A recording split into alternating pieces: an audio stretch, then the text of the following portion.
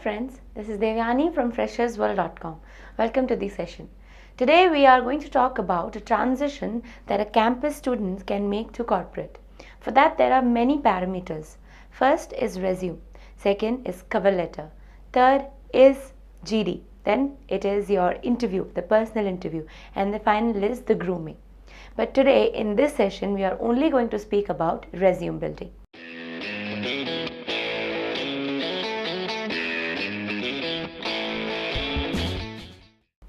Apart from project, the third heading will be your proficiency, will be your professional proficiency. Now what are those professional proficiency? This is only to tell about yourself, what you have done in your past experiences. This could be included by even an experienced person. Your professional proficiency can include a computer, if the key skills, or probably the MS Suite, or if you know some kind of software like SAP, or for that matter if you know some other software which would be catering to the job that you applied for. Please do not put something which is not relevant to the job position that you are applying. So keep up the software that you have applied. So professional qualification or professional proficiency will include all these things. You can also include your professional certification courses. Suppose if during the course of your MBA or your bachelor degree, and if you have not done that apart from your career, you have done something in your certification, you can include that. If you have good at digital marketing, you can put that. If you are good at some other certification courses, you can definitely put that, because that will add a crown to your feather.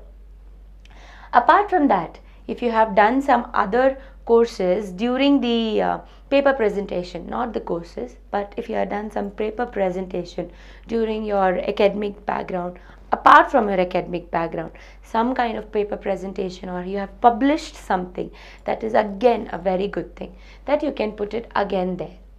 Yeah, so this kind of thing you have to structure, that how you are going to put it. It's definitely dependent up to you what kind of professional certification you would like the interviewer would see first. Now moving on from that, you are supposed to put up your accolades. Now what are these? The achievements that you have done.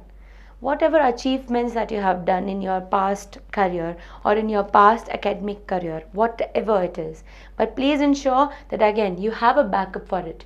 You can speak on it. You have something called as certificate, or you have some letter over it, something to show off that yes, you have done those things. It could be related to your hobbies as well. The achievement need not to be related to what you are applying for, but it could be you have represented your school or your college or anything in your state, something, yeah, in probably basketball or hockey or cricket. Even these kinds of things could be included as an achievement. Apart from that, again, if you have done some achievement in some other fields, or you have represented yourself in some field which is relevant to your industry, again you can put all these as a reference in the key achievement. So probably till here there are no doubts, but please ensure they are very, very critical. Each heading is very critical, and you have to understand that what exactly to keep in. If you are keeping something which you are unaware of, then the interview is gone. Or in fact, even the online, if you have sent your resume through online basis, the person, when you've been called by your flashy and very glamorous resume, but you're not able to answer, again, you won't be able to proceed for the interview or for the position that you applied for. Moving forward after that, it's very easy. It's your personal skills. After talking about your professional proficiency, it's really important to talk about your personal skills. Now, personal skills should include something like a good listener, right? Please do not write something like, I am something this. Do not frame a sentence. Personal skills should be very short and precise. You should have again 4 to 5 bullet points.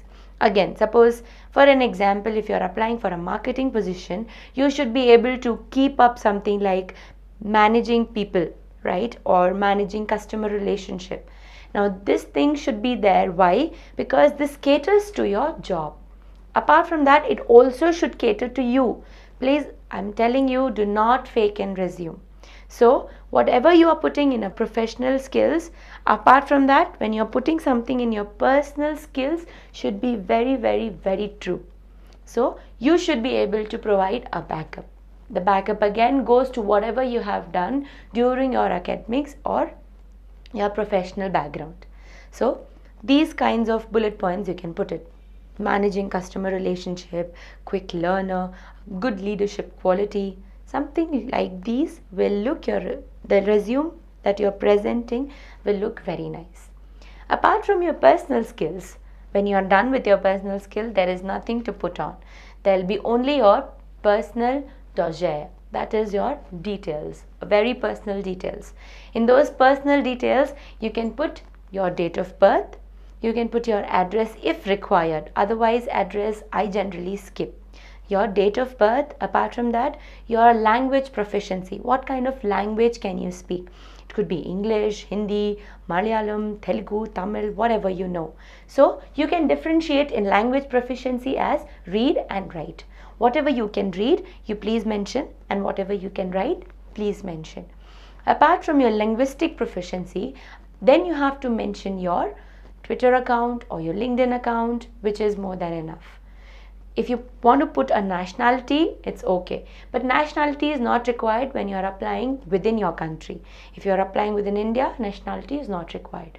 If you are sending a resume outside, then definitely nationality would be required. So, personal dossier will only include your date of birth, your linguistic proficiency, and a link towards your LinkedIn account or towards your Twitter account. That's more than enough. And at the end, you are going to put a footer telling that you hereby declare that all the information in the resume is true to your knowledge. And then you are supposed to put your place, date, and your signature on the resume. Apart from all these things, you can also include hobbies and interest in resume, which is not required, but if something like hobby like trekking or traveling, if you are a traveler or you love trekking or something like that, plus this kind of hobbies or this kinds of thing is required by your job, then definitely hobbies and interest could be one of the option to impress your interviewer. So in hobbies, you can put that something like that, talking to people, convincing people. So something like that you can put in your hobbies. But if you are not interested in any of these, then please do not put hobbies and interest as in your resume, right? So I think from top to bottom, I have explained you about the resume. There are many more things coming on your way, that how you can transit yourself from a campus boy or a girl to a corporate man and a woman. So please stay tuned for more information. I'll be right back here. Thank you.